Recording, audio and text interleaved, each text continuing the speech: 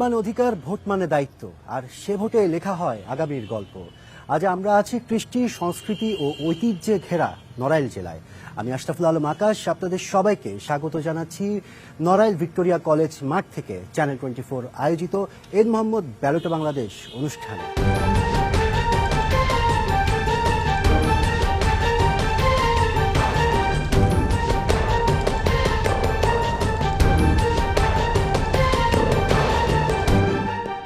আমাদের সাথে আজকে উপস্থিত আছে নড়াইল জেলার সম্মানিত ভোটার, এছাড়া আমন্ত্রিত 3 জন অতিথি। আমি প্রথমে আমাদের অতিথিদের সাথে পরিচয় করিয়ে দিতে চাই। অ্যাডভোকেট মাহবুব মোর্শেদ জাপল, তিনি নড়াইল জেলা বিএনপির সাংগঠনিক সম্পাদক। এরপরে আছেন সামিরা খানম, তিনি এনসিপি মনোনয়ন প্রত্যাশী, নড়াইল 2 আসন থেকে সংসদ সদস্য প্রার্থী।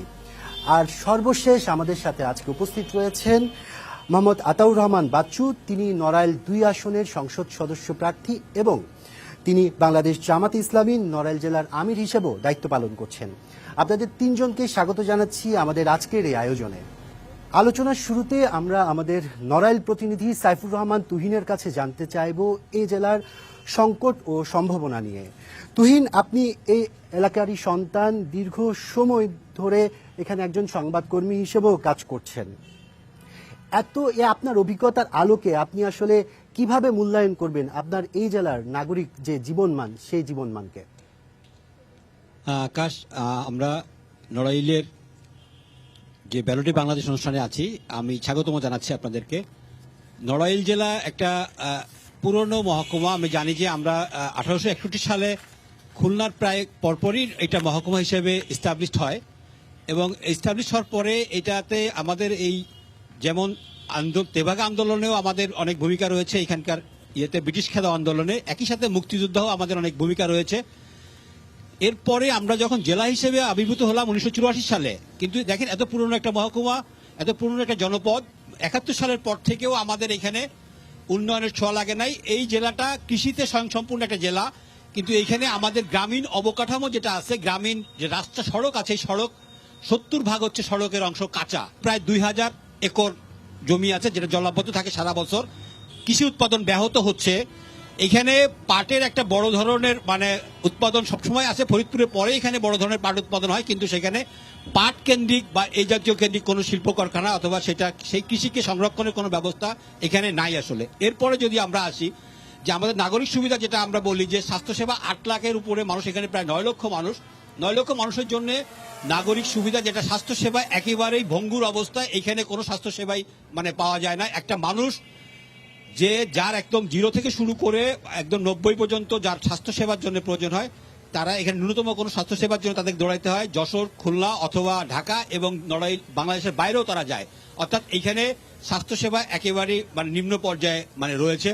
আমরা দেখেছি যেটা বললাম যে পৌরসভাগুলো, নড়াইল একটা সদর পৌরসভা হচ্ছে প্রথম শ্রেণী পৌরসভা, কিন্তু এখানেও আমরা দেখেছি যে 80% সড়ক কাঁচা, ড্রেনেজ ব্যবস্থা একেবারেই নেই বললেই চলে। জলাবদ্ধতা দিনকে দিন বাড়ছে এবং যেটাকে বলে যে সড়ক ব্যবস্থাও পৌর এলাকার খুবই খারাপ। লোহাগড়া এবং কালিয়ার একই অবস্থা।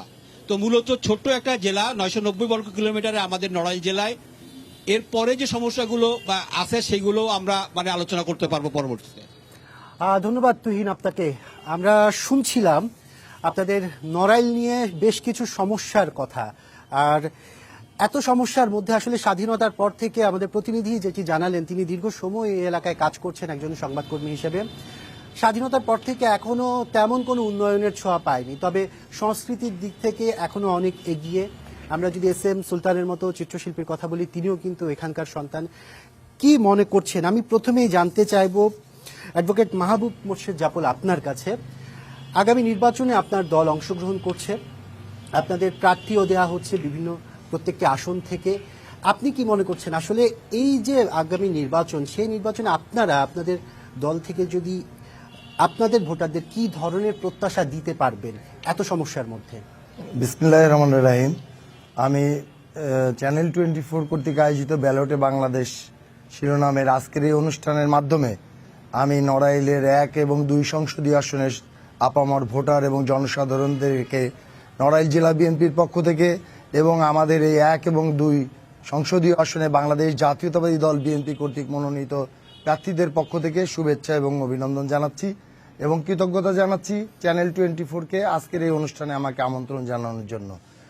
আমরা নড়াইলের আপামর জনসাধারণকে অবহিত করতে চাই, আমরা সকলেই জানি গত পরশুদিন 25শে ডিসেম্বর আমাদের ভারপ্রাপ্ত চেয়ারম্যান গত 25শে ডিসেম্বর বাংলাদেশে 17 বছর পর নির্বাসন কাটিয়ে তিনি যে স্বদেশ প্রত্যাবর্তন করেছেন, সেদিনের সম্বর্ধনা সভায় তিনি একটি লাইন উচ্চারণ করেছেন, আই হ্যাভ এ প্ল্যান।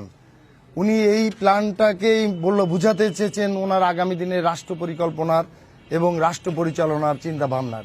তারই আলোকে পশ্চাৎপদ জেলা নড়াইল, সেই নড়াইল জেলার সংসদীয় 2টি আসনে বাংলাদেশ জাতীয়তাবাদী দল আসন্ন নির্বাচনে প্রতিদ্বন্দ্বিতা করছে। 2 জন প্রার্থীর পক্ষে এবং দলের পক্ষে থেকে অবশ্যই আমাদের দলের এবং প্রার্থীদের কমিটমেন্ট রয়েছে। জাতীয় পর্যায়ে যেমন আমাদের কমিটমেন্ট রয়েছে, তেমন স্থানীয় পর্যায়ে এই পশ্চাৎপদ জেলার আর্থসামাজিক শিক্ষা যোগাযোগ ব্যবস্থার উন্নয়নের জন্য অবশ্যই আমাদের প্রার্থীদের পরিকল্পনা রয়েছে। কিছুক্ষণ আগে যিনি আমাদের চ্যানেল 24-এর নড়াইলের সাংবাদিক আমাদের তুহিন সাহেব বলছিলেন কথাটা, 9 লক্ষ অধ্যুষিত এই জনসংখ্যার জেলার কৃষিক্ষেত্রে বাংলাদেশ জাতীয়তাবাদী দলের প্রার্থীরা যদি আগামী দিনে নির্বাচিত হতে পারে, তাহলে কৃষি নির্ভর একটি জেলা হিসেবে এই জেলার কৃষি উৎপাদিত পণ্যগুলোকে বাজারজাত করার জন্য এবং তাদেরকে শিল্পায়নের দিকে নিয়ে যাওয়ার জন্য অবশ্যই শিল্প বিপ্লব এবং যোগাযোগ ব্যবস্থার আমরা উন্নতি সাধন করব। নড়াইল পৌরসভা একটি প্রথম শ্রেণীর পৌরসভা হওয়ার পর এখানে অনেক ধরনের চাহিদা রয়েছে, নাগরিক সেবার, রাস্তাঘাট, জলাবদ্ধতা, ড্রেনেজ। আমরা লক্ষ্য করি মূলত ড্রেনেজ ব্যবস্থাটা এত দুর্বল, আমাদের সংসদ সদস্যরা নির্বাচিত হলে নড়াইল পৌরসভার সর্বপ্রথম আমরা ড্রেনেজ ব্যবস্থাকে উন্নয়ন করার চেষ্টা করব। আর অবহেলিত জনপদ নড়াইল 1 এবং 2-এর আমরা সকলেই জানি যে নড়াইল 1 নির্বাচনী এলাকায় একটি থানা রয়েছে, আমরা জানি নড়াগাতি, সেটাকে আমরা উপজেলায় রূপান্তরিত করার চিন্তা ভাবনা করব। কালিয়া পৌরসভাকে আমরা 2য় শ্রেণী থেকে 1ম শ্রেণীতে উন্নতি করার চেষ্টা করব। লোহাগাড়া পৌরসভাকে আমরা উন্নতি করার চেষ্টা করব। লোহাগাড়া মধুমতি বিধৌত অঞ্চলে কয়েকটি ইউনিয়নে ব্যাপক নদী ভাঙন সৃষ্টি হয়, সেখানে যেমন করফা, তারপরে শালনগরের শিয়রবর সহ প্রতি বছর সেখানে নদী ভাঙনের ফলে আমাদের জনজীবন, রাস্তাঘাট এবং ফসলের ক্ষতি হয়। আমাদের সংসদ সদস্যরা নির্বাচিত হতে পারলে এই নদী ভাঙন প্রতিরোধ করবে। আমরা যে চত্বরে দাঁড়িয়ে আছি ভিক্টোরিয়া কলেজ চত্বর, যেটা বিগত দিনে বেগম খালেদা জিয়ার সময় এটা অনার্স কোর্স চালু হয়, আমাদের প্রতিশ্রুতি থাকবে আমাদের সংসদ সদস্যরা নির্বাচিত হলে আমরা নড়াইলে একটি পূর্ণাঙ্গ বিশ্ববিদ্যালয় স্থাপনের জন্য আমাদের সংসদ সদস্যরা চেষ্টা করবে। জাতীয়ভাবে আমাদের এখানে নড়াইল একটি প্রবেশদ্বার, বিশেষ করে পদ্মা সেতু এবং কালনা সেতু হওয়ার পর নড়াইলের যে গুণগত মান, নড়াইলের যে গুরুত্ব, যোগাযোগ ব্যবস্থা গুরুত্ব, যুগান্তকারী পরিবর্তন হয়েছে। এই নড়াইলকে দক্ষিণাঞ্চলে বিশেষ করে খুলনা বিভাগের প্রবেশদ্বার হিসেবে, এবং আমরা জানি যে একটা আন্তর্জাতিক বিষয় রয়ে গেছে বেনাপোল একটি বন্দর, সেখানে যাতায়াতের জন্য, তারপরে মোংলা বন্দরে যাতায়াতের জন্য এই নড়াইলকে আমরা ব্যবহার করতে পারবো। সুতরাং আমাদের সংসদ সদস্যরা নির্বাচিত হলে নড়াইলের আমরা চিকিৎসা ক্ষেত্রে যে শুধু অবকাঠামো হলেই হয় না, আমরা জানি যে আমাদের নড়াইল সদর হাসপাতালে বড় একটা অবকাঠামোর উন্নয়ন হয়েছে, কিন্তু অবকাঠামোর উন্নয়নের মাধ্যমে স্বাস্থ্য সেবা জনগণের নিশ্চিত হয় না। সেখানে ডাক্তারদের এবং পর্যাপ্ত স্টাফ এবং তদারকি, এই জিনিসগুলো আমরা আগামী দিনে নিশ্চিত করতে চাই।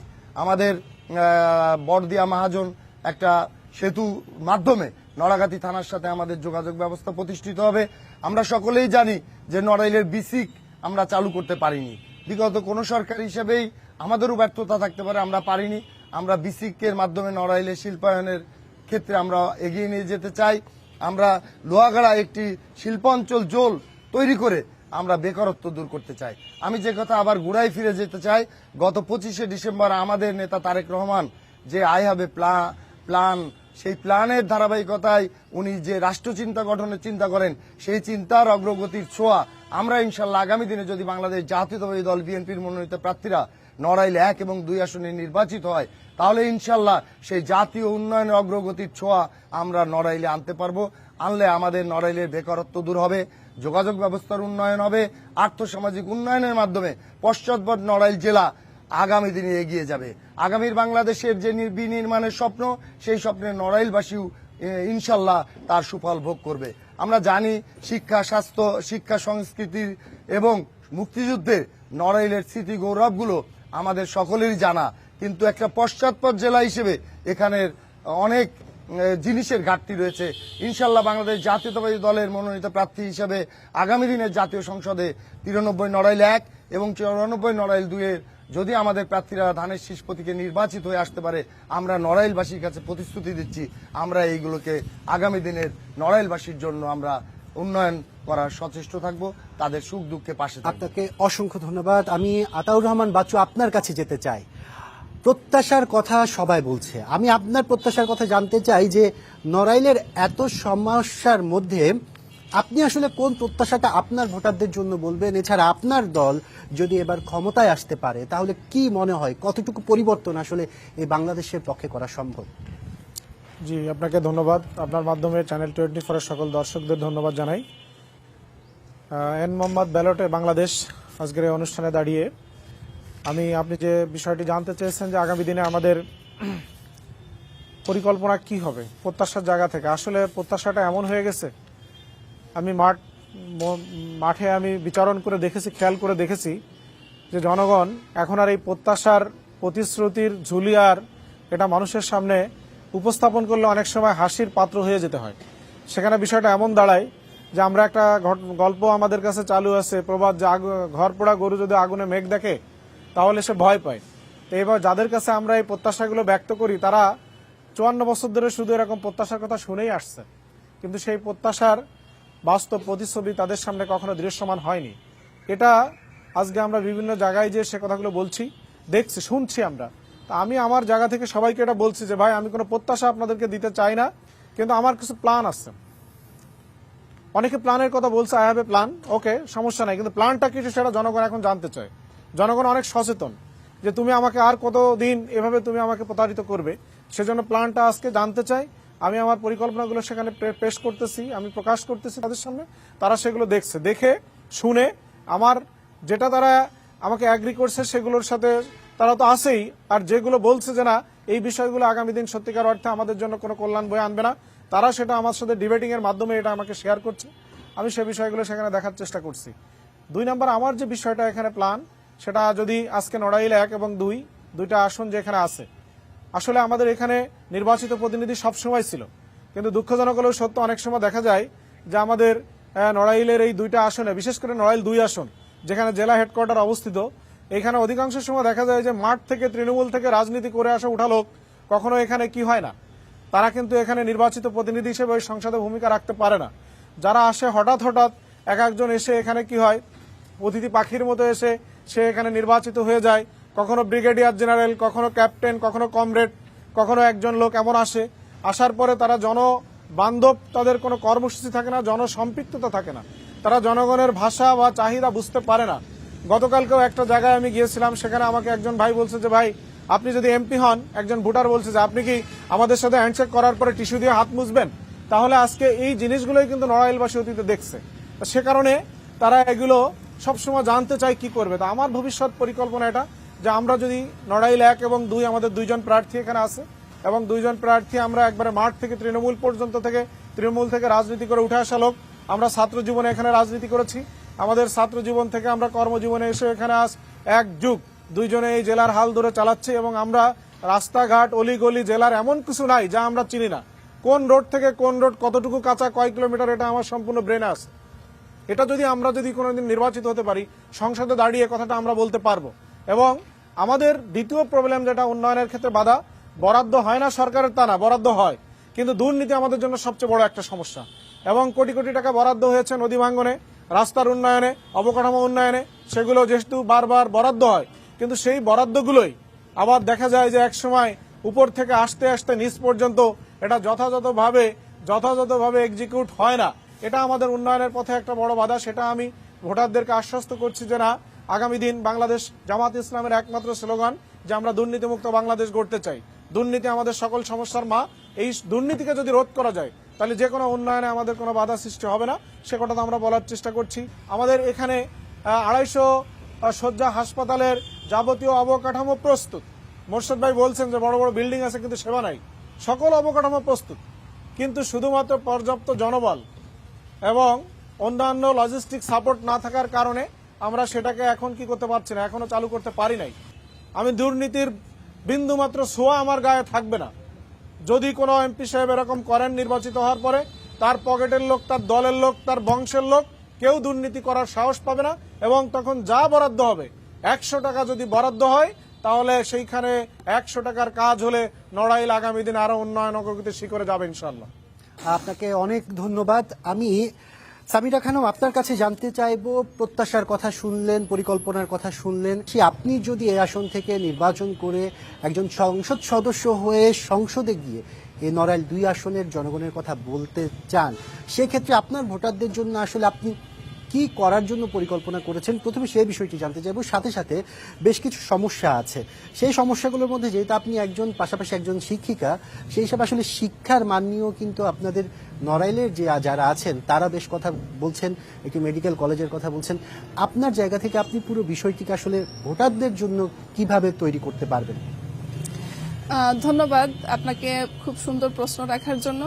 আমি এনসিপি কর্তৃক মনোনয়ন প্রত্যাশী সামিরা খানম, প্রভাষক, বল্লাটোপ আইডিয়াল কলেজ।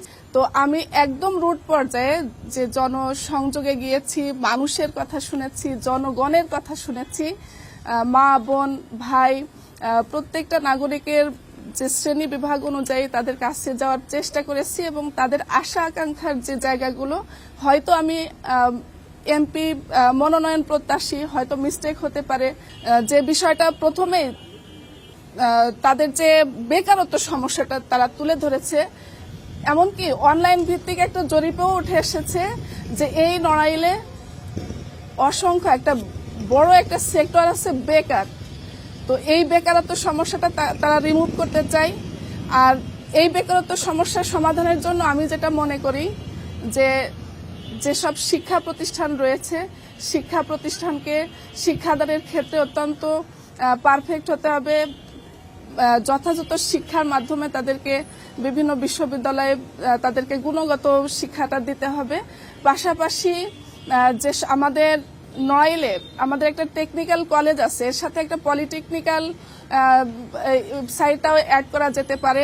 এখানে একটা আইটি পার্ক স্থাপন করা যায় নড়াইলে, যার মাধ্যমে মানুষের জনজীবন সহজ এবং এখানেও কিন্তু বেকারত্ব দূরীকরণের একটা বড় ধরনের একটা সেক্টর আছে, তারা এখান থেকে ফ্রিল্যান্সিং শিখতে পারে। দ্বিতীয় পর্যায়ে যে বিষয়টা উঠে এসেছে স্বাস্থ্যসেবা, আমি যদি নির্বাচিত হতে পারি, এই যে 250 বেড উন্নীত করা পাশের যে বিল্ডিংটা, এই ব্যাপারে অবশ্যই তৎপর হব। আমাদের যে জীবন মান উন্নীত হয়েছে, আমাদের বড় বড় রাস্তা, বড় বড় বিল্ডিং এর পাশাপাশি যে আমাদের জীবন মান। আপনাকে অসংখ্য ধন্যবাদ। আমরা আপনার কাছে আবারও আসবো। আমরা এখন আমাদের যারা সম্মানিত ভোটাররা আছেন নড়াইল 2 আসনের, আপনাদের কাছে আসতে চাই, আপনাদের কাছে জানতে চাইবো, আপনারা দীর্ঘদিন যাবত এই এলাকার বিভিন্ন সমস্যাগুলো দেখছেন, আসলে এই সমস্যাগুলোর মূল কারণ আপনারা কি বের করতে পেরেছেন? এখানে আসলে প্রার্থী যারা আছেন, প্রতিবারই নির্বাচনে প্রার্থীরা প্রতিশ্রুতি দেয়, আপনারা কতটুকু আসলে আশ্বস্ত থাকেন এইসব প্রার্থীদের প্রতিশ্রুতির উপর? আপনার কাছে একটু জানতে চাই। আসলে আমাদের নড়াইল প্রাণ কেন্দ্র আছেন রূপগঞ্জ বাজার, এখানে সবচেয়ে বাণিজ্যিক কেন্দ্র, নড়াইল জেলার বড় বাণিজ্যিক কেন্দ্র। কিন্তু এইখানে কোনো উন্নয়নের ছোঁয়া লাগেনি, কোনো আধুনিক ছোঁয়া লাগেনি। এখন আমার সামনে যে প্রতিনিধিরা আছে, আমার প্রশ্ন যে আসলে এত বড় খুলনা ডিভিশনের প্রাচীনতম বাজার রূপগঞ্জ বাজার, নড়াইলে হেডকোয়ার্টার, এই বাজার নিয়ে আপনাদের পরিকল্পনা কি, আধুনিকতা করার জন্য বা কি কি করবেন এবং কি করে ব্যবসায়ী বান্ধব পরিবেশ গড়ে তুলবেন, এই সম্বন্ধে আমরা জানতে চাই। আপনাদের মধ্যে আর কে কথা বলতে চান? আপনাদের প্রত্যাশার কথা কে জানাতে চান? আপনি। আচ্ছা, প্রথমে আমি আপনার কাছে আসতে চাই। আপনি আসলে আপনার যেই মতামত, আমরা এই যে প্রার্থীরা বিভিন্ন প্রত্যাশার যে কথাগুলো বলছে, আপনারা আসলে বাস্তবিক ক্ষেত্রে এই প্রত্যাশাগুলো কতটুকু পূরণ হতে দেখেন? আর এটার যদি পূরণ না হয়, এত বছর ধরে যে পূরণ হয়নি, সেটার কারণ হিসেবে কি দেখছেন? ধন্যবাদ চ্যানেল 24-কে আজকের এই অনুষ্ঠানে। আমরা নড়াইল একটি অনুন্নত জেলা, এই জেলায় শিক্ষার অনেক পিছিয়ে রয়েছে। এই শিক্ষার উন্নয়নের ক্ষেত্রে তিনারা কি ভূমিকা পালন করবেন, এটাই আমার প্রশ্ন। ধন্যবাদ। আপনি কথা বলতে চেয়েছিলেন, আপনার কথাটা আমরা নিতে চাই। এই নির্বাচনে আপনার কি প্রত্যাশা থাকবে? কোনো পরিবর্তন দেখছেন কিনা? জুলাই অভ্যুত্থান পরবর্তী বাংলাদেশের নির্বাচন হতে যাচ্ছে, ত্রয়োদশ সংসদ নির্বাচন, এছাড়া ফেব্রুয়ারিতে ভোট। আপনি কি মনে করছেন, আপনার প্রত্যাশা কি আসলে এবারে যারা নির্বাচিত হয়ে আসবে তাদের কাছে? প্রশ্ন আমার জনাব আতাউর রহমান বাচ্চু মহোদয়ের নিকট থাকবেন। তো উনি প্রতিশ্রুতি দিয়েছেন যে আমি নিজে কোনো দুর্নীতি করব না। তবে আমরা ওনার প্রতিশ্রুতির প্রতি আশ্বস্ত হয়েই প্রশ্নটি রাখতে চাই, সেটি হচ্ছে আপনি দুর্নীতি করবেন না, কিন্তু যারা দুর্নীতিগ্রস্ত আছেন বিভিন্ন কর্মকর্তা অফিসে বা বিভিন্ন পাড়া মহল্লায় মাতুব্বর যারা দুর্নীতির সাথে জড়িত, তাদের দুর্নীতি প্রতিরোধে আপনি এবং আপনার দল আসলে কি প্রতিশ্রুতি আজকে দিচ্ছে আমরা একটু জানতে চাইব। আর তিনজনের কাছেই দাবি থাকবে যে বিশ্ববিদ্যালয় এবং মেডিকেল কলেজ প্রতিষ্ঠা আসলে আপনারা এখানে প্রতিশ্রুতি দিচ্ছেন কি? ধন্যবাদ। আমরা আপনাদের কাছে বেশ কিছু প্রশ্ন এসেছে। আমি প্রথমেই যেতে চাই আতাউর রহমান বাচ্চু আপনার কাছে। এখানে বেশ কিছু কথা যারা ভোটাররা আছেন তাদের প্রাপ্তি প্রত্যাশার কথা জানিয়েছেন, তাদের না পাওয়ার কথাও জানিয়েছেন। বিশেষ করে যে ভার্সিটির কথাটি এসেছে আর দুর্নীতির কথাটি এসেছে, আপনি নিজে দুর্নীতি না করলেও যারা দুর্নীতিগ্রস্ত আসলে তাদেরকে আপনি কিভাবে রুখবেন, এটি আপনার জন্য কতটুকু চ্যালেঞ্জিং হবে বলে মনে করছেন? একটা বিশ্ববিদ্যালয় প্রতিষ্ঠার যাবতীয় প্রক্রিয়াটা কেমন, এটাকে আমি মাথায় নিয়েই আমার নির্বাচনী প্রতিশ্রুতি এবং ইশতেহারে বিভিন্ন জায়গায় এগুলো বলছি যে এটা আমাদের একটা ভার্সিটি আমরা এখানে আমাদের প্রতিষ্ঠা করবো ইনশাল্লাহ। 2 নাম্বার যেটা বলছে যে আমাদের রূপগঞ্জ বাজার সম্পর্কে একটা কথা আসছে যে এখানে একটা বড় বাণিজ্য কেন্দ্র। আসলে এই বাণিজ্য কেন্দ্রটা গড়ে উঠছে সেই দীর্ঘকাল আগে থেকে, শত শত বছর আগের থেকে এখানে গড়ে উঠছে এবং এটা কোনো পরিকল্পনা ছাড়াই গড়ে উঠছে। কিন্তু পরিকল্পনা মাফিক যদি সত্যিকার একটা ভালো বাণিজ্য কেন্দ্র বা একটা বাজার আমাদেরকে গড়ে তুলতে হয়, নিশ্চয়ই সেটা সরকারের মাধ্যমে আমি যদি নির্বাচিত হতে পারি ইনশাল্লাহ সেখানে সুন্দর একটা পরিবেশ তৈরি, একটা ওয়েল প্ল্যানের মাধ্যমে সেটা আমরা যথাযথ জায়গায় যে সেটাকে আমরা কাজ করে সংশ্লিষ্ট দপ্তর সবার সহযোগিতা নিয়ে সেটা আমরা বাস্তবায়ন করতে পারবো। যে আমরা যদি নির্বাচিত হতে পারি তাহলে নড়াইলের আমরা আমাদের যত বাজার আছে, অনেক সময় ব্যবসায়ীদের জনমনে আতঙ্ক সৃষ্টি করা বা ব্যবসায়ীদের হুমকি দেওয়া, এসব কাজের সাথে দেখা যায় যে আমাদের দেশে যে দল যখন ক্ষমতায় থাকে, নির্বাচিত ব্যক্তি তার সংশ্লিষ্ট ব্যক্তিবর্গই কিন্তু এ কাজের সাথে মূল ভূমিকা রাখে। আমি এটা চ্যালেঞ্জ সব জায়গায় ছুড়ে দিয়েছি, আমি আশ্বস্ত করেছি আমি যদি নির্বাচিত হতে পারি তাহলে একটা ব্যবসায়ী বান্ধব পরিবেশ তৈরি করব। রাতের অন্ধকারে একজন ব্যবসায়ী তার দোকান বন্ধ করে সে রাতের অন্ধকারে নিশ্চিন্তে তার ক্যাপিটাল নিয়ে এসে বাড়িতে পৌঁছাতে পারবে, এমন একটা পরিবেশ আমরা তৈরি করতে পারবো। যেহেতু আমি বা আমার দল বা আমার নিজের কোনো লোক এই কাজের সাথে কখনো জড়িত হবে না, কাউকে এরকম কোনো কাজের সাথে জড়িত হতে আমরা দিব না। আর একটা বিষয় যেটা দুর্নীতি, আমাদের গ্রাম পর্যায়ে ছড়িয়ে থাকা দুর্নীতি, আসলে হয় কি জানেন, প্রত্যেকটা বিষয় পরিবেশের কারণে এক এক দিকে মোড় নেয়। আজকে দুর্নীতি গ্রামের ওই কলাচোর, মুরগিচোর, কচুচোর এটা ধরে দুর্নীতি রোধ করা যাবে না, বরঞ্চ আজকে যদি যারা কলমের খুঁচায় এসি রুমের মধ্যে বসে 30 সেকেন্ডে 3 কোটি টাকা নিয়ে যাচ্ছে, এই দুর্নীতিকে আমি যেদিন রোধ করতে পারবো তখন ওই কলাচোর, কচুচোর 5,000, 100, 200 টাকার দুর্নীতি যারা করে তারা এমনি একসময় পরিবেশ বান্ধব একটা পর্যায়ে যাওয়ার কারণে তারা ভালো হয়ে যাবে। সবাই উন্নয়ন, অগ্রগতি এবং সততা, নীতিতা, জবাবদিহিতার মাধ্যমে সামনের দিকে এগিয়ে যাবে ইনশাল্লাহ। সে ব্যাপারে আমি প্রতিশ্রুতি দিতে পারি আগামী দিনে আমি সহ আমার দল যদি ক্ষমতায় আসে এটা আমরা নিশ্চিত করব। ধন্যবাদ আপনাকে। আমি সামিরা খানম আপনার কাছে আবারও আসতে চাই। আমি আপনার কাছে জানতে চাইবো, প্রার্থীরা অনেক প্রত্যাশা দিচ্ছেন, ভোটাররা তাদের না পাওয়ার কথা বলছেন, আবার যে চাওয়াগুলো দরকার সেগুলোর কথাও বলছেন। নাগরিক জীবনমান উন্নয়নে সবচেয়ে বেশি যে জিনিসগুলো গুরুত্বপূর্ণ, মৌলিক চাহিদা। আপনি আপনার এই জেলারই সন্তান, আপনাকে কেন ভোট দিবে, আর দুর্নীতির যে বিষয়টি সেটি আপনি কতটুকু মোকাবেলা করতে পারবেন বলে মনে করেন যদি আপনি একজন সংসদ সদস্য হন? আমাদের প্রত্যেকটা যে প্রশাসন যে আছেন ওনাদেরকে বেশি তৎপর হতে হবে। আমাদের একটা পর্যায়ে আমরা কি করতেছি যে একটা যে দুর্নীতিগ্রস্ত বা যে অপরাধী তাকে আমরা জেলে ঢুকাচ্ছি বা আরেকটা জায়গা থেকে এসে তাদেরকে আবার বের করে দিচ্ছে। এই যে শুধু কি একটা প্রশাসন, আমাদের প্রত্যেকের জায়গা থেকে প্রত্যেকটা ব্যক্তির ক্ষেত্রে আমাদের এই সচেতনতা গড়ে তুলতে হবে এবং প্রত্যেকটা জায়গায় আমাদের দুর্নীতির বিরুদ্ধে একেবারে কঠোর অবস্থান নিতে হবে, তাহলেই আমরা খুব সহজে আমরা ওভারকাম করতে পারবো। ধন্যবাদ আপনাকে। মাহবুব মোর্শেদ জাপল, আমরা ভোটারদের কথা শুনেছি, দুজন প্রার্থীর কথা শুনেছি, আর সবচেয়ে বড় যে বিষয়টি চলে আসে সেটি হচ্ছে ভোটের আগে স্বচ্ছতার বিষয়টি। যেমন আরপিওতে নির্বাচনী প্রচারণার ক্ষেত্রে একটি নির্দিষ্ট খরচের কথা বলা আছে, সবকিছু মিলে ভোটের আগের যে স্বচ্ছতা সেটি কতটুকু নিশ্চয়তা আপনারা দিতে পারবেন ভোটারদের কাছে? আর ভোটের পরবর্তী যে সময়টি, যদি আপনারা ক্ষমতায় আসেন, আপনার দল ক্ষমতায় আসে, তাহলে এই নড়াইল জেলার যে দুর্নীতির যে সবচেয়ে বড় সমস্যাটিকে বলা হচ্ছে, শুধু নড়াইল না, দুর্নীতির এই সমস্যাটি বিস্তর আকারে ধারণ করেছে এর আগেও আমরা দেখেছি, সেই ক্ষেত্রে আপনাদের আসলে প্রতিশ্রুতি কি থাকবে? ধন্যবাদ। আসলে দুর্নীতি এখন আমাদের রন্ধে রন্ধে প্রবেশ করেছে। বিগত 17 বছর কোনো জবাবদিহিতা না থাকায়, স্বৈরা শাসনের কবলে দেশ থাকায়, সেটা রাজনৈতিক দুর্বৃত্তায়নের মাধ্যমে দুর্নীতি, প্রশাসনিক আমলাতন্ত্রের মাধ্যমে দুর্নীতি এবং সকল পর্যায়ে দুর্নীতি বিস্তারের ফলে আমরা একটা দুর্নীতিগ্রস্ত জাতিতে পরিণত হয়েছি। স্বাভাবিক কারণেই ভোটারদের মনে এই প্রশ্নগুলো জাগে। আমরা 17 বছরের সেই জঞ্জালকে উৎপাট করে আমার দল বাংলাদেশ জাতীয়তাবাদী দল যদি আগামী দিনে জনগণের ভোটে নির্বাচিত হয়, তাহলে অবশ্যই আমরা সেই জিনিসগুলোকে রোধ করার জন্য সর্বাত্মক ব্যবস্থা গ্রহণ করব। আমরা বিশ্বাস করি যে দুর্নীতিগ্রস্ত এই জাতি অবশ্যই দুর্নীতিমুক্ত হয়ে আগামী দিনে মাথা তুলে দাঁড়াবে।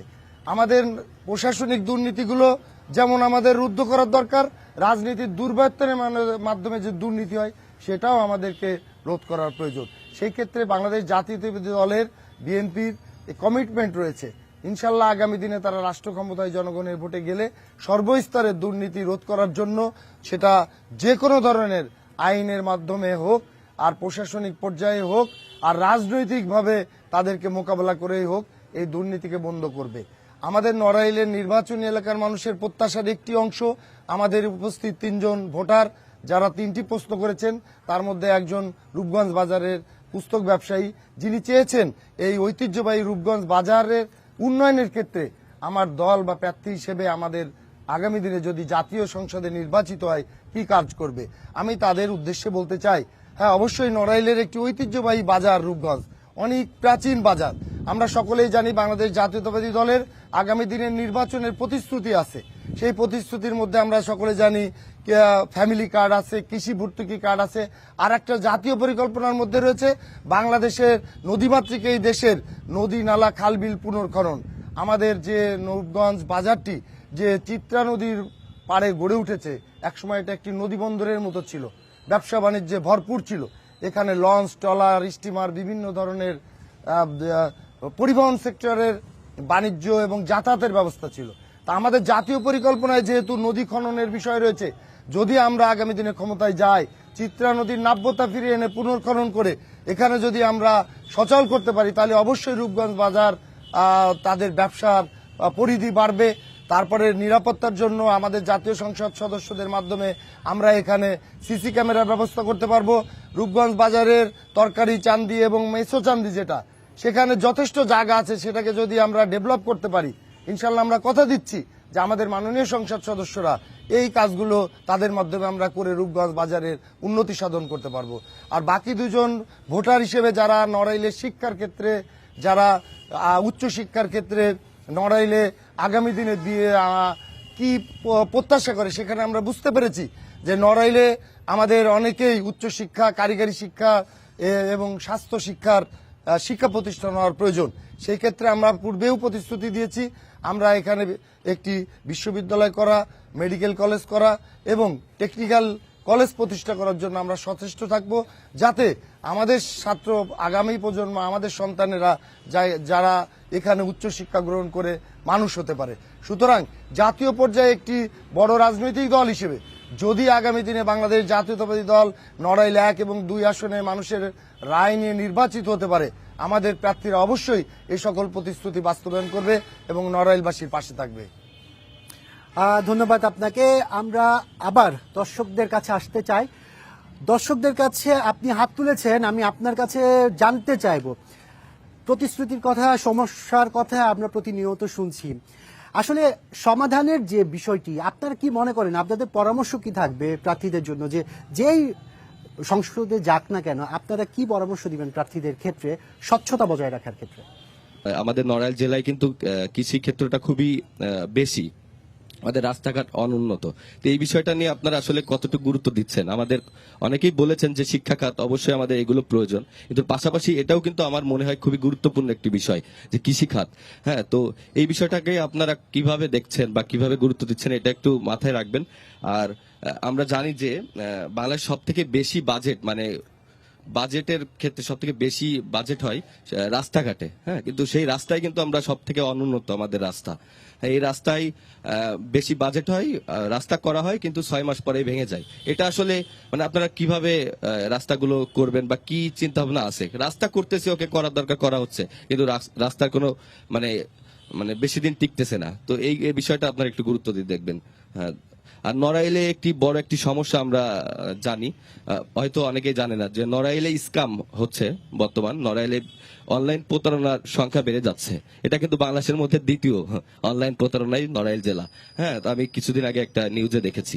তো এই বিষয়টা নিয়ে আপনারা কিভাবে বন্ধ করবেন যে আমাদের নড়াইলের আশেপাশে অনেক জেলাতেই মানে বেকার হঠাৎ করে R15 এর মালিক হঠাৎ করে 2 তলা বাড়ি হয়ে যাচ্ছে। অলরেডি অনেকে ধরাও পড়েছে। হ্যাঁ, তো বিষয়টা নিয়ে একটু আপনারা অবশ্যই দেখবেন। আর নড়াইলে বাল্য বিবাহে বাংলাদেশের মধ্যে দ্বিতীয় সব থেকে বেশি বাল্য বিবাহ হয় মানে একটি জেলায়, তারপরেই নড়াইল জেলা। তো নড়াইল জেলায় বাল্য বিবাহের কারণে কিন্তু অনেকেই মাতৃমৃত্যু হচ্ছে, বাচ্চা মারা যাচ্ছে। তো এই বাল্য বিবাহ ঠেকানোর ক্ষেত্রে আপনারা কতটুকু গুরুত্ব দিবেন, এটা আপনাদের কাছে আমার প্রশ্ন থাকবে। ধন্যবাদ। আপনাকে অনেক ধন্যবাদ। আমরা একজন নারীর প্রশ্ন নিতে চাই, এরপরে আমরা আবার আসব। আপনার কাছে জানতে চাই, এটি একটি সাংস্কৃতিক জেলা, এখানে জারি গান, পালা গান, এ ধরনের বেশ কিছু ঐতিহ্য আছে। এখন আসলে এইগুলো ধরে রাখার জন্য আপনাদের যারা এখানকার বাসিন্দারা আছেন, আপনাদের কি চাওয়া পাওয়ার থাকবে? আসলে নড়াইল, আমি ছোটবেলা থেকে, আমি নিজেও একটু সাংস্কৃতিক পরিবারে বড় হয়েছি। আমি নাচ করেছি, গান করেছি, কিন্তু কেন যেন আমার কাছে মনে হচ্ছে যে নড়াইল থেকে বর্তমানে এগুলো প্রায় বিলুপ্তির পথে। কিন্তু এটা আমাদের কাছে কাম্য নয়। আমরা চাই যে সাংস্কৃতিক অঙ্গনে নড়াইলটা বরাবরই এগিয়ে ছিল। এখানে SM সুলতানের এলাকা এটা, তো সাংস্কৃতিক অঙ্গনে খুব পিছিয়ে পড়েছে নড়াইলটা। তো আমরা চাই যে সর্বক্ষেত্রেই সাংস্কৃতিক অঙ্গনে এগিয়ে যাক নড়াইল, এবং এই দিকটাতে, এই সেক্টরটাতে যেন একটু নজর দেয় ওনারা, মানে যিনি সংসদ সদস্য হন না কেন। ধন্যবাদ আপনাকে। আমরা আরেকটি প্রশ্ন নিতে চাই একটু পেছন থেকে। আপনার কাছে আসছি। আমি প্রথমে আপনার কাছে জানতে চাইবো, আপনি আসলে এইবারে ত্রয়োদশ জাতীয় সংসদ নির্বাচনে যারা প্রার্থী হচ্ছেন, যারা সংসদ নির্বাচনে সাংসদ হয়ে আসবেন, তাদের কাছে আপনার কি চাওয়া রয়েছে? জি, ধন্যবাদ। আমাদের ত্রয়োদশ সংসদ নির্বাচন বাংলাদেশের একটি গুরুত্বপূর্ণ নির্বাচন হতে যাচ্ছে। তো এখানে আমার প্রার্থীদের কাছে প্রশ্ন যে আমরা যদি দেখতে পারি 71-এর মুক্তিযোদ্ধা হয়েছিল বৈষম্যের বিরুদ্ধে, 24-এর আন্দোলন হয়েছে বৈষম্যের বিরুদ্ধে, কিন্তু আমাদের সমাজ থেকে কিন্তু বৈষম্য এখনো আমরা দূর করতে পারি নাই। নির্দিষ্ট করে যদি আমি সেক্ষেত্রে স্বাস্থ্যসেবার একটা, সমাজের উচ্চমানের একটা রাজনীতিবিদ বা সমাজের উচ্চমানের একটা ব্যক্তি যদি স্বাস্থ্য খাতে একটা সেবা নিতে যায়, তার সেবার মান আর একটা হতদরিদ্র কৃষকের সেবার মান আমরা সমান দেখতে পাই না। এটা শুধু শিক্ষার ক্ষেত্রে, মানে স্বাস্থ্যের ক্ষেত্রে না, সকল ক্ষেত্রেই আমরা দেখতে পাই এই বৈষম্যটা রয়ে গেছে। তো এই বৈষম্য দূর করতে আপনাদের কি পরিকল্পনা আছে? সেই সাথে আমি নড়াইলের কয়েকটি সমস্যা তুলে ধরতে চাই, যে নড়াইলে মাদক একটি ভয়ানক সমস্যা, এবং নড়াইলে একটি কিশোর গ্যাং, নড়াইলের শহর কেন্দ্রিক বিশেষ করে কিশোর গ্যাং একটা ভয়ানক চক্র কাজ করছে। এই কিশোর গ্যাং প্রতিরোধ এবং এই কিশোর গ্যাংয়ের মাধ্যমে নড়াইলের সমস্ত ইফটিজিং, মাদক, এইসব মারামারি এইগুলো সংঘটিত হয়ে থাকে। তো এই সমস্ত কিশোর গ্যাংয়ের মোকাবেলায় আপনাদের কি কি পরিকল্পনা আছে? প্রার্থীদের কাছে আমার প্রশ্ন। ধন্যবাদ আপনাকে। আমরা শুনছিলাম সাধারণ ভোটারদের কথা, তারা বলছিলেন কৃষি খাত সহ সাংস্কৃতিক অঙ্গনের কথা, এবং সবচেয়ে গুরুত্বপূর্ণ যেটি কিশোর গ্যাং।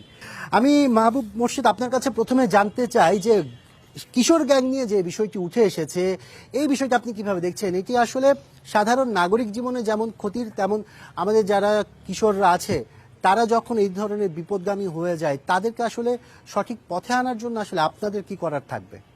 জি, আপনাকে ধন্যবাদ। আসলে আমাদের কিশোর একটা বয়সের স্তর, এটা খুব দুর্দান্ত একটা সময় যায়। আমরা সকলেই জানি, আমাদের জীবনেও ছিল, প্রত্যেকের জীবনেই থাকে।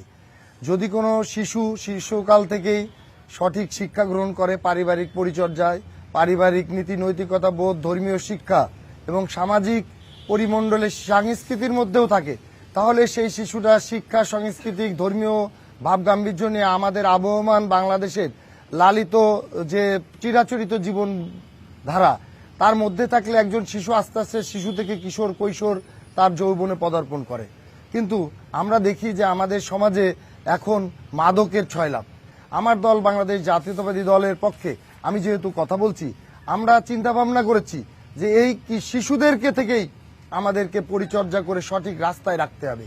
আমরা মনে করি শিশুকে যদি শিক্ষা, সংস্কৃতি, খেলাধুলা এবং পারিপার্শ্বিক নীতি নৈতিকতা বোধ দিয়ে সুন্দর করে ধরে রাখা যায় তাহলে এই শিশু কখনো কিশোর হয়ে বিপদগামী হতে পারবে না। নড়াইল ছোট্ট একটি জেলা, এখানে ইতিমধ্যেই কিশোররা বিপদগামী হয়ে যে কিশোর গ্যাং সৃষ্টি করেছে।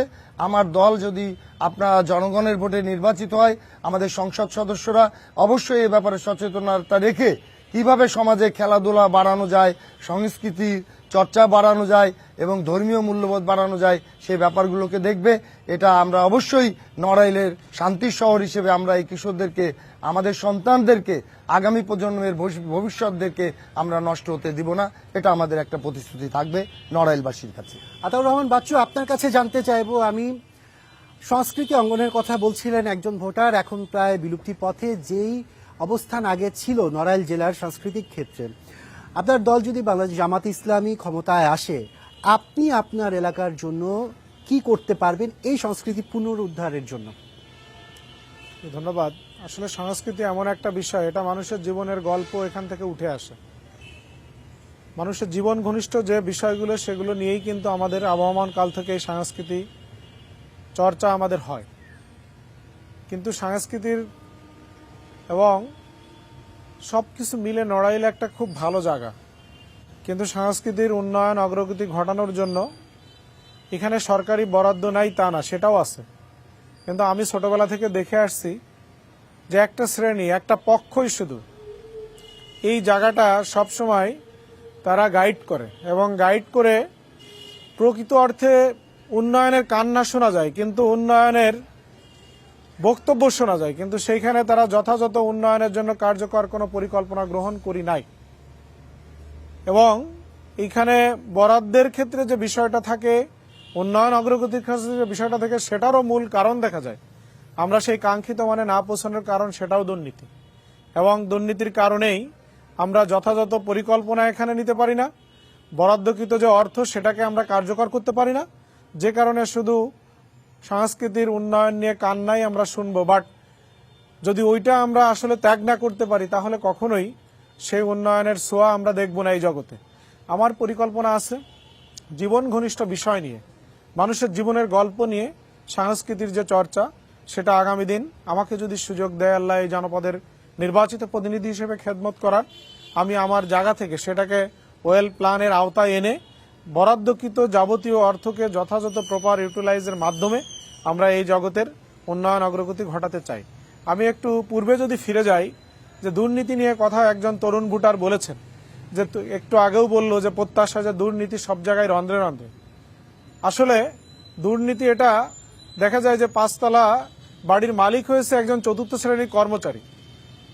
এই কর্মচারী শুধু সে কর্মচারী না, বরঞ্চ তার পলিটিক্যাল রাজনৈতিক পৃষ্ঠপোষকতা তার পিছনে কাজ করে, এবং রাজনৈতিক পৃষ্ঠপোষকতা থাকে বলেই আমি আপনাকে বলতে পারি যে এগুলো অনেক সময় তাদেরকে যখন এই দুর্নীতি সম্পর্কে জবাবদিহিতার আওতায় আনার চেষ্টা করা হয়, তখন দেখা যায় হায়ার অথরিটির কাছে তার একজন পলিটিক্যাল পার্সনের ফোন যায়, ফোন যাওয়ার পরেই কি হয়ে যায়, সেই কাজটি, সেই তদন্তটি বন্ধ হয়ে যায়। এজন্য পলিটিক্যাল পৃষ্ঠপোষকতা এখানে থাকে। আমি লজ্জায় হলেও নিজে একজন পলিটিক্যাল ম্যান হিসাবে আমি কথা বলতে পারি যে আজকে পলিটিক্যাল পৃষ্ঠপোষকতাগুলো কেন আসে। পলিটিক্যাল পৃষ্ঠপোষকতাগুলো আসে যে পলিটিশিয়ান রাজনীতিকে একটা পেশা হিসেবে নেয়, ব্যবসা হিসেবে নেয়, তিনি অবশ্যই এখানে এরকম দুর্নীতিকে পৃষ্ঠপোষকতা করবেন, কিশোর গ্যাংদেরকে তারা পৃষ্ঠপোষকতা করবেন, করার মাধ্যমে সে তার এই যে ব্যবসা বা এই যে পেশা, এই পেশার উন্নয়ন অগ্রগতি ঘটাতে চাবে। আমরা অনেক সময় আকাশে বাতাসে শুনতে পাই মনোনয়ন বাণিজ্যের কথা, যে কাউকে 5 কোটি টাকা দিয়ে আজকে মনোনয়ন আনতে হয়েছে, আবার সে যে কিছুদিন পরে আরেকজন দেখা যায় যে ওর পরে আরো বেশি টাকা দিয়ে সে আবার ওইটাকে বাতিল করে আরেকটা আনে। এই যে মনোনয়ন বাণিজ্য, একজন লোক নির্বাচনে অংশগ্রহণ করার আগেই যদি তার 5 থেকে 10 কোটি টাকা তাকে ইনভেস্ট করতে হয়, তাহলে সে ভবিষ্যতে যে সময় নির্বাচিত হবে তখন এই তার ইনভেস্টমেন্ট যেটা থাকবে ওর থেকে সে বেশি ফিডব্যাক পাইতে যাবে। তখনই দেখা যাবে যে তাকে অনেক অনৈতিক কাজের পৃষ্ঠপোষকতা করতে হবে, এবং পলিটিক্যাল এই পৃষ্ঠপোষকতার কারণে আজকে আমাদের এখানে সমস্যাগুলো তৈরি হয়েছে। আমি যদি সুযোগ পাই ইনশাল্লাহ এগুলো থেকে সম্পূর্ণ মুক্ত থাকবো, এবং এই পৃষ্ঠপোষকতা যখন থাকবে না তখন এগুলো এমনি এমনি সমাজ দেখবেন যে সুন্দর করে একটা ভালো পর্যায়ের দিকে এগিয়ে চলে যাচ্ছে। আপনাকে অসংখ্য ধন্যবাদ। আমি সামিরা খানম আপনার কাছে জানতে চাইবো দুটি বিষয়। প্রথম বিষয়টি হচ্ছে এখানে যে বিষয়টি উঠে এসেছে কিশোর গ্যাংয়ের কথা, সেই বিষয়টি বলবেন। আর গণভোট যেহেতু এবার ত্রয়োদশ জাতীয় সংসদ নির্বাচনের সাথে সম্পৃক্ত হচ্ছে, আপনার জেলার ভোটাররা কতটুকু সচেতন বলে আপনি মনে করছেন সেই গণভোট নিয়ে? এই কিশোর গ্যাংয়ের ব্যাপারে যেটা বেশি প্রয়োজন সেটা হচ্ছে একটা স্কুল কর্তৃপক্ষকে খুব সচেতন থাকা লাগে। সচেতন থাকতে হবে স্কুল কর্তৃপক্ষের পাশাপাশি আইন শৃঙ্খলা বাহিনীকে সচেতন থাকতে হবে, গার্জিয়ানকে সচেতন থাকতে হবে। পাশাপাশি আমি তাদেরকে যে সুবিধা দিতে চাই যে কিশোর গ্যাং থেকে বের হয়ে আসার জন্য, সেটা হচ্ছে তাদেরকে ভালো ভালো কাজে, খেলাধুলা, তারপর আপনার স্বেচ্ছাসেবী যে গ্রুপ তৈরি করা যায়, একজন স্বেচ্ছাসেবকের পর্যায়ে যদি সে যায় তাহলে দেশকে ভালোবাসা, দেশপ্রেম বোধ এইগুলো যদি তার ভেতরে কাজ করে এবং সে যদি নীতি নৈতিকতা ভেতরে আসে, তাহলে সে কিশোর গ্যাংয়ের দিকে যাবে না, মাদকের দিকে যাবে না।